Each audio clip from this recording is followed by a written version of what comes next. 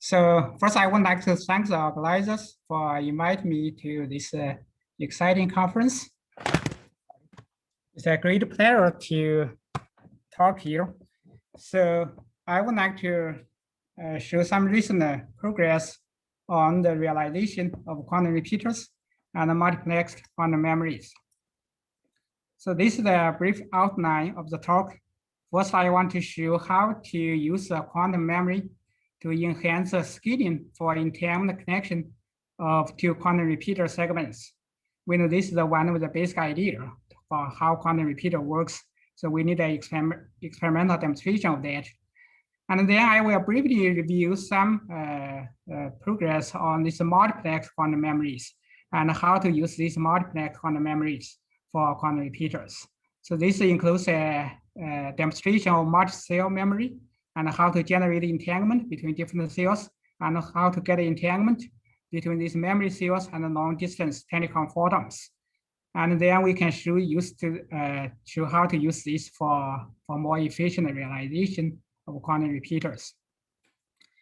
So the basic idea here is first still related to the original, this so-called DLCZ schemes for realization of quantum repeaters. We divide this the whole segments of quantum communication into many segments. And to overcome the force loss issue, we first generate entanglement for each individual segments. And after that, you store this entanglement into a quantum memory. And one after the other, when you get the entanglement, you make a connection of this entanglement over the neighboring segments, then you generate longer distance entanglements. So to realize this quantum memory, normally one use these crude atoms in a magnetic optic trap. And so this is atomic cloud, and the memory is given by some hyperfine states or called spin states of these atoms. So it's a connective states. And to get entanglement, first normally you apply so-called ride beams, laser beams, which drives a transition from the, let me see, but I have a pointer here.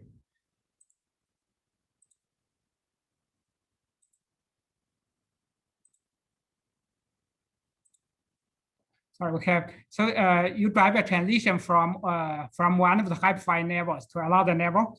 And at the same time, you emit a photon. This is called the signal photon, which is coupled to a single mode fiber for detection. And after some storage times, you apply radar beams to transfer the atomic wave excitation back to the original level. And then you get another photon, which is called idle photons for detection. So that's a kind of the basic setup. And in this experiment, we want to demonstrate the basic elements. You have two quantum repeater segments. So there are 4 loops. And you generate entanglement between the loop 1 and loop 2 and loop 3 and loop 4. And then this quantum loop 2 and loop 3 need to be a memory. And you make a connection and then you generate a longer distance entanglement. Of course, this is one of the basic element of a quantum repeater architecture. And to see how the quantum repeater works, let's see each of these segments is you have a large photon loss, so it's a probabilistic schemes. And each trial only succeeds with a small probability p. So you need to repeat each of these trials a large number of times. In average, is 1/p. And when you succeed, you need to store this entanglement in these memories. And then you make a connection. If you connect the times for this connection, then the total times would be at most 2/p. If you do in parallel, it should be a little bit better than 2/p, but let's just assume 2/p here. And this is an improvement over the original scaling. If you don't do this memory here, you need to require both of these trials to succeed at the same times. Then the probability will be given by p squared. So the number of trials will be 1/p squared. So you can see with this quantum memory here, we improve the scaling of this entanglement connection from a linear, from a quadratic scaling from 1/p squared to 2/p here to a linear scaling. So that's actually the most important thing behind the efficiency improvement. If you extend this to multiple segments, then you will get something from an exponential scaling to a polynomial scaling. So that's the basic idea here. So of course, we need to have an experimental demonstration of these segments, but despite there are remarkable progress over experiments towards quantum repeaters. Actually, this basic segment has not been demonstrated yet for a number of reasons. First, because to demonstrate that, you need to have actually a good quantum memory. You need to have the storage times to be longer than these communication times, and also then because each communication need to repeat many times, actually you need to have a longer than this the total number of repetitions. So that's at least you need to have over 1 millisecond storage times. Also, you need to have some fast feed forward. If you have succeed here, you need, depending on your events, you do something next. So you need to have some fast feed forward. And furthermore, you need to have several segments, several quantum repeater nodes, several quantum memories. So that's one of the challenging things. And for this demonstration, actually, we looked for this is for 2 segments. So for these 2 segment schemes, this node 1 and node 4 is not required to do further connection. So you can simplify the scheme here. You can mirror them first because they are not used for the next step of entanglement connection. So you can directly apply them for the quantum information protocols. So that means you can mirror them directly in the corresponding basis. So this means we don't need a good memory for node 1 and node 4. You can implement them directly with photons. So the node 2 and node 3 need to have a good memory. So for experiments, we implement this node 2 and node 3 with the atomic quantum memories, and this node 1 and node 4 directly with the photons because they can be immediately mirrored. So that's kind of the experimental setup. This QN1, QN4 are photons, they are directly mirrored. This QN2 and QN3 are some atomic ensembles. And after successful generation of entanglement between each segments, and this atomic entanglement is transferred back to the photons, and they are bring together for this kind of fundamental interference measurements. You have some linear optics, you do the detection. And for each of these atomic ensembles, there's a little bit of details here because you need to have get long enough quantum memory. So you need to overcome several issues which are limiting your memory times. So the atomic memory is mainly limited by one is the first effect is this magnetic field, the gradients. You have a magnetic field gradient from the mode, and actually during the experimental trial, you turn off the mode, but there's still some remaining magnetic field gradients. So you need to store these atoms into some clock states which are insensitive to the magnetic field fluctuation to the first order. So here this GS denotes some hyperfine states which are clock states, which are magnetic field insensitive. So that's one thing. The other thing is the other factor which limits your coherence times is diffusion, the spatial diffusion of these atoms in this atomic cloud. So when you turn off this mode, this atom diffuse, and that causes some spin wave diffusion. So to overcome that, we apply optical lattice beams, so that the optical lattice beams, you loop from the atom to an optical lattice, and this will help to confine your atoms to increase your memory times. And also this, for this approach, because for the atomic clock states, there are only 2 atomic clock states. So it's not enough to store multiple modes. And if you want to get a polarization in 10 states, you need to have a multiple spin wave modes. So for that purpose, we use some different spatial directions. So when you apply right beams with a 1.5 degree, you have one mode in the left, in this side, and another mode in this side. So you have 2 spatial modes, and we apply a polarization rotator here to transfer the horizontal to vertical polarizations. Then you combine these 2 polarization with a polarization beam splitter. So in this way, you convert these 2 spatial modes into a polarization mode. So by this method, basically you generate an entangled state between the polarization of the photons and some 2 corresponding spin wave modes, which are separate by a small spatial angle. And because you have 2 spatial modes, so there's a spatial interferometer here, and this spatial interferometer always have some phase instability. So you need to apply another laser. There's a locking beams to lock these interferometers. So this kind of this big loops interferometers. You lock in, lock out. So that's some experimental details. So so with that kind of tricks to improve the storage times, then we can realize a quantum memory which have long enough coherence times for our purpose. So it's normally we need a coherence time at least longer than 1 millisecond. So you can see here over 1 millisecond, the decay of this fidelity of this entanglement. This basically the up curve shows fidelity of the entanglement between these atoms and the emitted photons. And over 1 millisecond, you can see the decay is pretty small, from 95% to still above 90% fidelity. So that shows that quantum memory works well. If you don't apply the technique before, the typical quantum memory times is only about 10 microseconds. So here we get a memory times at least by 2 orders, longer by 2 orders of magnitudes. And you can also see the retrieval efficiency of these photons, which decays a little bit. It's about by a factor of 2, but it's still large enough for our purpose to get enough signal.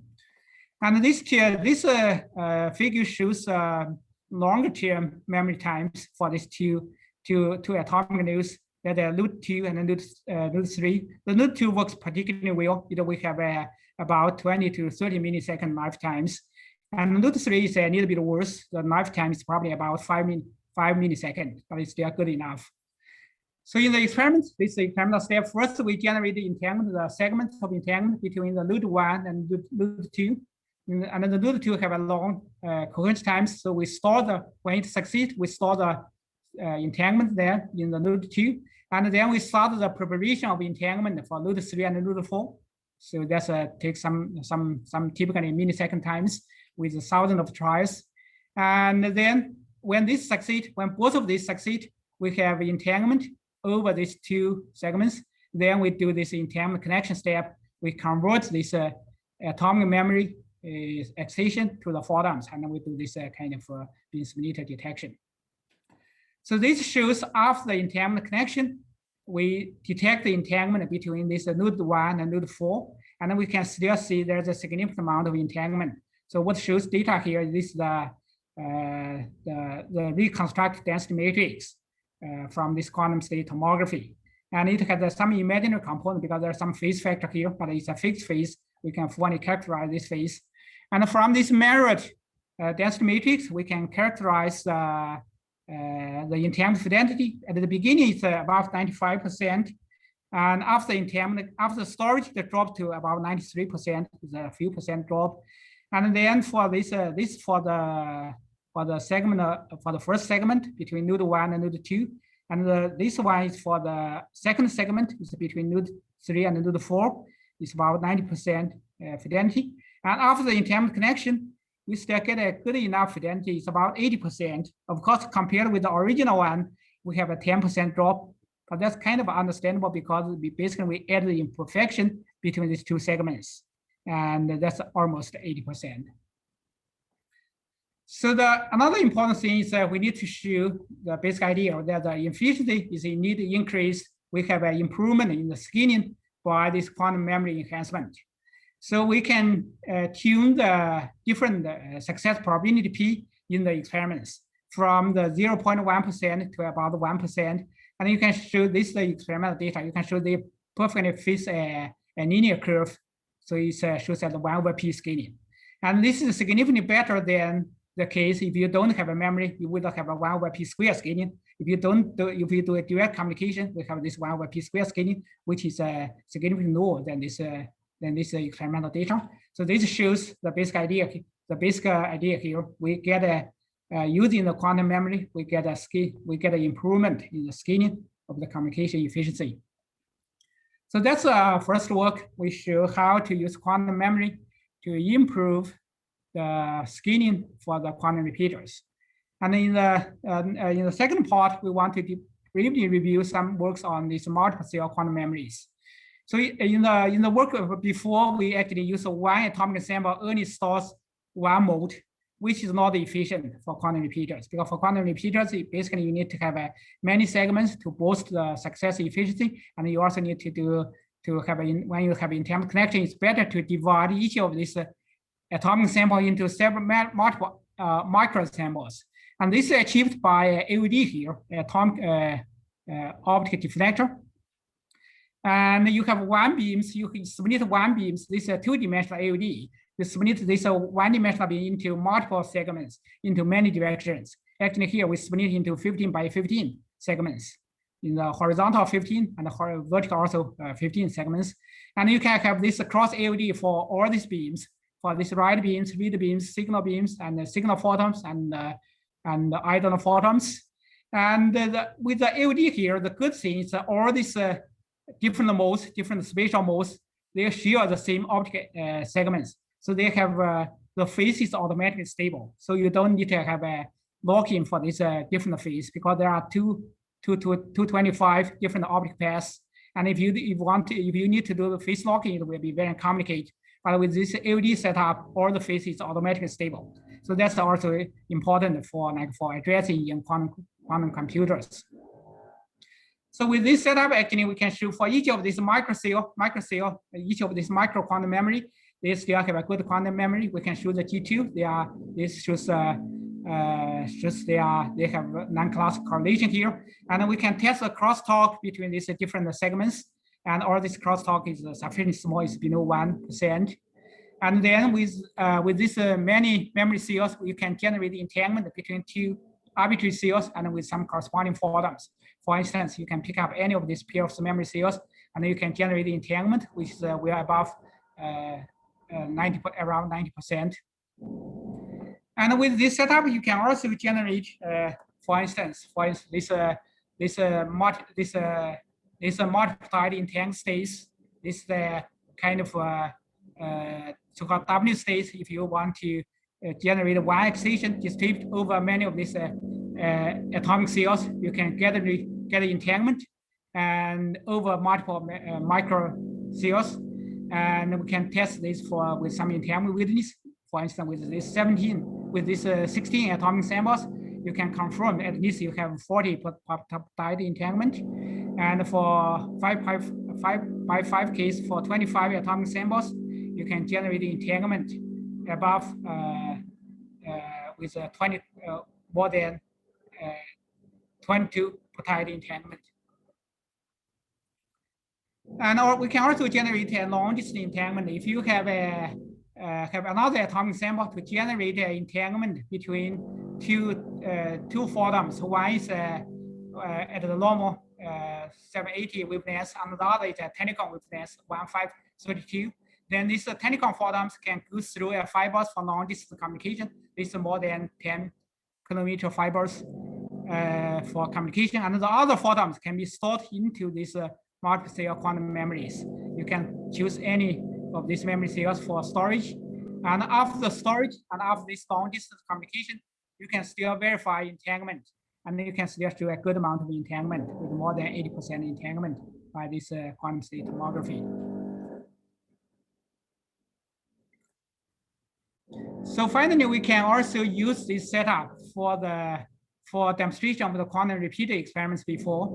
And for the first part, when we show the quantum repeaters, we have this the node 2 and node 3, and these two different atomic memory nodes are implemented with the different macroscopic atomic samples, which is not that efficient. So here, if you use multiple cell quantum memories, we can have a more stable implementation, more efficient implementation of these quantum repeaters. We have this node 2 and node 3 both represented by these memory cells. But to have that possible, we need to have some different ideas to realize this long distance quantum memory. Because normally for this multiple cell quantum memories, the storage time is pretty short. It's only about 10 microseconds. And to have a longer distance quantum memory, in the first experiments, actually, we use optical lattice. But the optical lattice is actually incompatible with this this multiple cell memory, because optical lattice is not compatible with this AOD here, with this atomic optic deflector here. So here we use a different idea to increase the memory times for these quantum repeaters. And for that purpose, we use a Raman transition of these right read beams So when you do this right-read beams, you have this side momentum delta k here, and then when the atoms diffuse, then this atomic spin waves diffuse. And if you want to have a longer storage times, the one idea to get that is you have this delta k to be equal 0. When the atomic spin wave have a delta k exactly equal 0, then even the atoms diffuse, then the spin wave excitation is still in the same spatial modes. So to get this delta k equal 0, you need to apply another Raman beam. So when you apply this right-read beams, there's still a small angle, 1.5 degrees, that small angle. This angle introduce some delta k. And then you can apply this Raman beam P1, P2.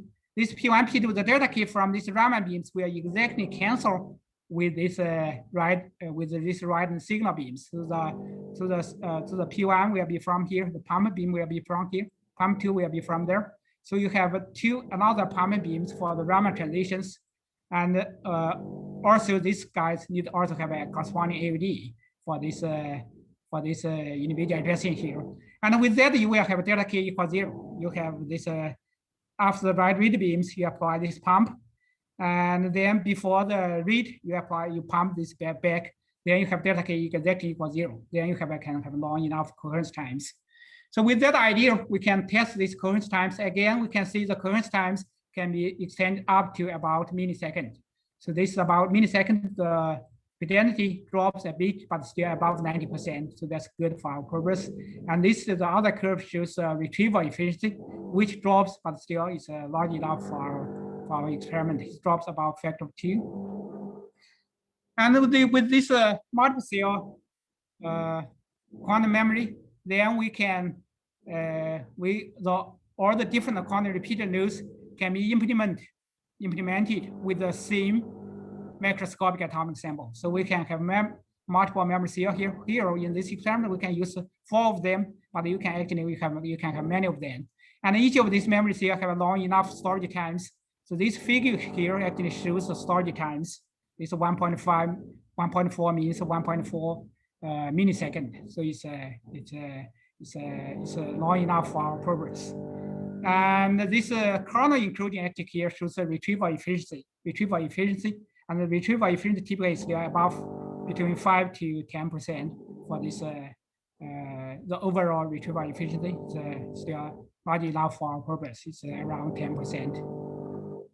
So this is kind of the implementation of this quantum repeater entanglement connection with this multiple cell quantum memory.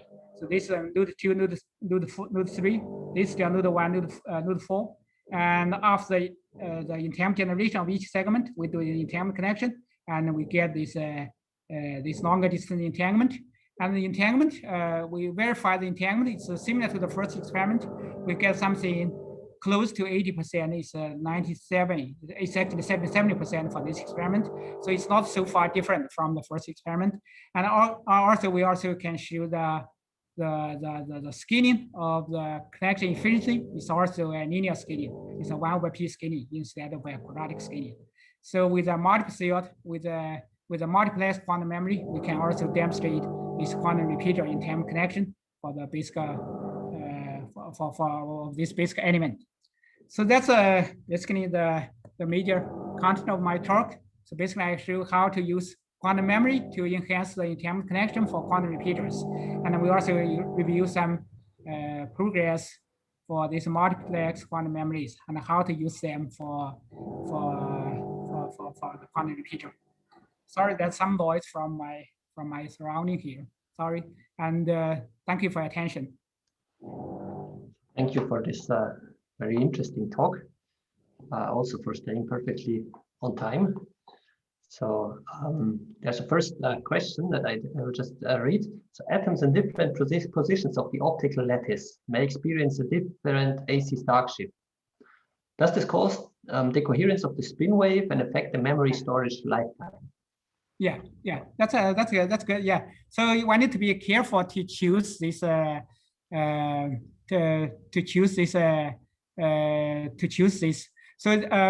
So for millisecond, for over the millisecond time scale, the optical lattice is still okay. If you want to get an even longer coherence times, then you need to be very careful about the wavelengths of these optical lattice. So you can, there's some symmetric wavelengths. In principle, you can choose symmetric wavelengths so that you get the same AC stark shift for this two hyperfine states. Actually, these two hyperfine states, that's so-called magnetic field. When you have an appropriate value of the magnetic field, and there's appropriate wavelength for the optical lattice, in principle, you can get longer coherence times.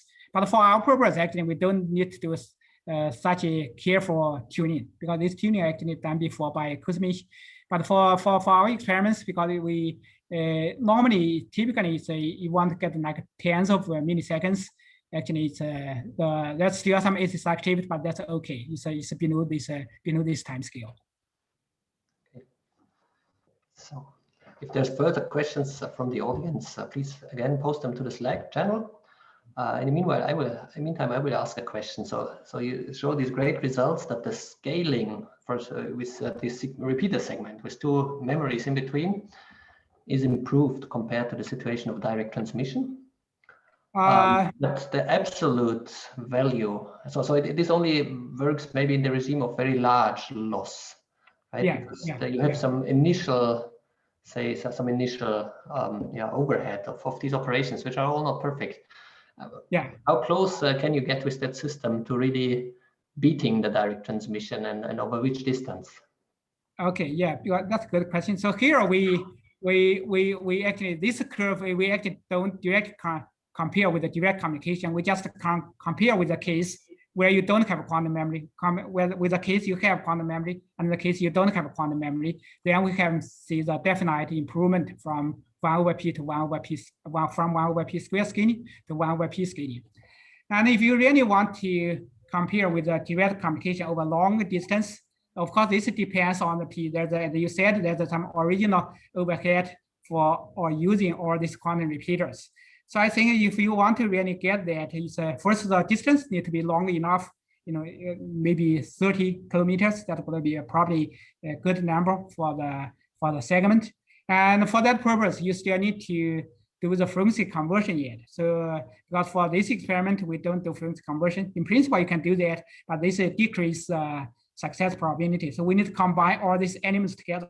So basically, you can see for quantum repeater, there's a different experiments demonstrate different elements. If you want to combine all these elements together, it's still very challenging experiments. You need to first convert this to telecom, and then you transfer them over probably about 30 kilometer distance, and then you do the connection.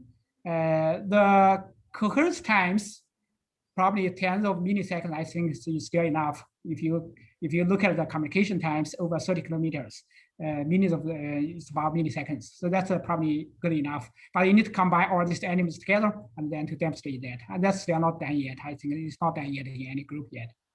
But even if you stay at the wavelengths where these memories emit, I think it's near infrared rubidium, I think it was, right? The wavelength from here is 780 or 795. 795. So you need to do one step of frequency conversion. Yeah, but even if you say, okay, now we transmit at this frequency and the losses will be higher, but we're fine with that. Yeah. Would you still beat direct transmission at that wavelength, or what's required to that? Is it possible without a nonlinearity, or is it difficult? Eventually, of course, you can certainly beat the direct communication, but this depends on the how many segments after you will beat this direct communication case. Because the one case is the scaling is better, so this depends on the distance. So if you want to really put the numbers, I don't know exactly have these numbers in my mind. So I think probably over, if you really want to beat the direct communication, I think at least over 100 kilometers. Or because but for direct communication, you can. This also depends on how you compare, which setup you compare.